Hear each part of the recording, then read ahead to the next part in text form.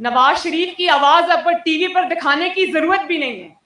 نواز شریف کا مقدمہ گلی گلی، محلے محلے، گھر گھر پہنچ چکا ہے. اب آواز اس کی بند کرو گے کہ تو اس کی آواز گونجے گی انشاءاللہ. اور نواز شریف کی آواز اس گلی محلوں گھروں تک پہنچانے میں میڈیا کا کردار تو ہے، میاں صاحب کے نیریٹو کا کردار تو ہے، آپ سب کا ہے، لیکن سب سے زیادہ جس چیز نے آواز وہ گلی گلی پہنچائی ہے وہ نواز شریف کے ساتھ ہونے والے ظلم نے وہ آواز گلی گلی پہنچائی ہے. اور میری اب کیونکہ مغرب کا ٹائم ہے تو مجھے اس کو جلدی ختم بھی کرنا ہے ابھی، لیکن میں آپ سے ایک بات یہ کہنا چاہتی ہوں کہ آج یہ بھی آوازیں آتی ہیں نا کہ نواز شریف بیمار ہیں، باہر ہیں، تو اندر کیوں نہیں آتے، واپس کیوں نہیں آتے، اور شاید کارکنوں کو لڑنے کے لیے چھوڑ دیا ہے. تو میں اپنے کارکنوں کو یہ یقین دلانا چاہتی ہوں کہ نواز شریف نے اپنے کارکنوں کو اکیلا نہیں چھوڑا. نواز شریف نے سارے ظلم، سارے وار پہلے اپنے سینے پہ لیے اور اس کے بعد ہماری باری آئی ہے.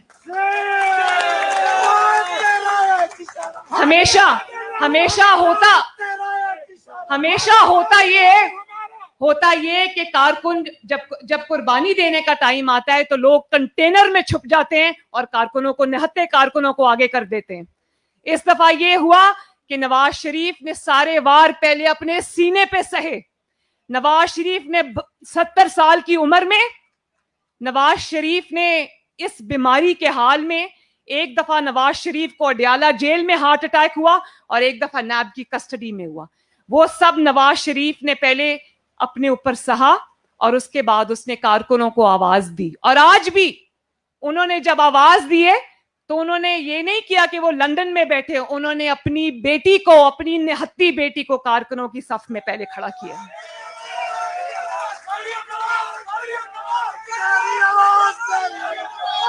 اور جب قربانی دینے کا وقت آئے گا تو آپ مریم نواز شریف کو سب سے پہلے صف میں کھڑا دیکھیں گے انشاءاللہ تعالی.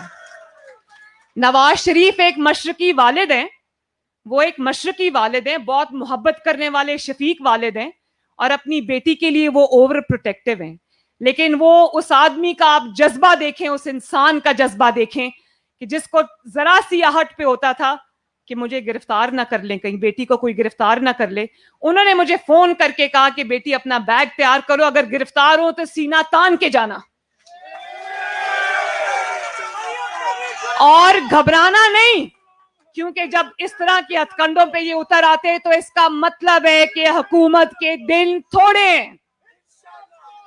اور آخر میں میرے ساتھ وعدہ کریں کہ جب بھی نواز شریف پہ کوئی امتحان کا وقت آیا، نواز شریف نے کوئی تہیہ کیا تو اللہ تعالیٰ نے اس کی مدد کی، اللہ تعالیٰ نے اپنی نصرت اتاری اور نواز شریف کو فتح یاب کیا.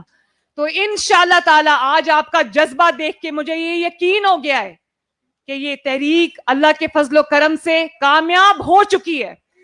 اور آخر میں میرے ساتھ وعدہ کرو کہ انشاءاللہ تعالیٰ پاکستان کا سر نہیں جھکنے دو گے، آئین کا سر نہیں جھکنے دو گے، قانون کا سر نہیں جھکنے دو گے، جمہوریت کا سر نہیں جھکنے دو گے، ووٹ کی عزت اور حرمت کا سر نہیں جھکنے دو گے، پاکستان کے عوام کا سر نہیں جھکنے دو گے. اور مجھ سے وعدہ کرو کہ اپنے قائد محمد نواز شریف کے نظریے کا سر نہیں جھکنے دو گے.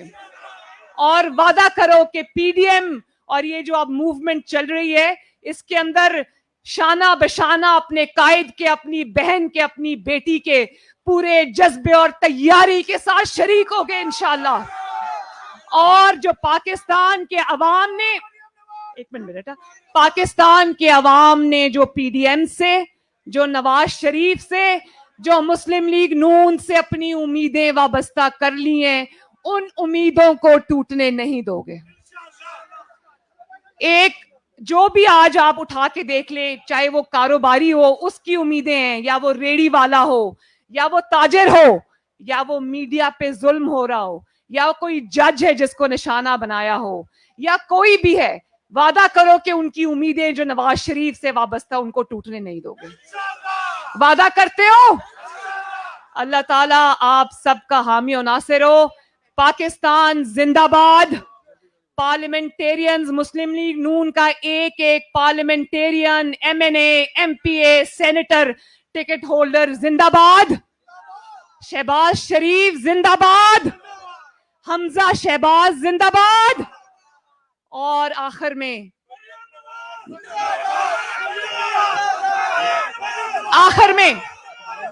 نواز شریف زندہ باد. پاکستان مسلم لیگ نون زندہ باد. بہت بہت بہت شکریہ. یہ تھی وقت کی آواز, پاکستان کے مستقبل کی آواز, مریم نواز. بلا تاخیر ہمارے بہت ہی پیارے پاکستان مسلم لیگ نون کے سینئر نائب صدر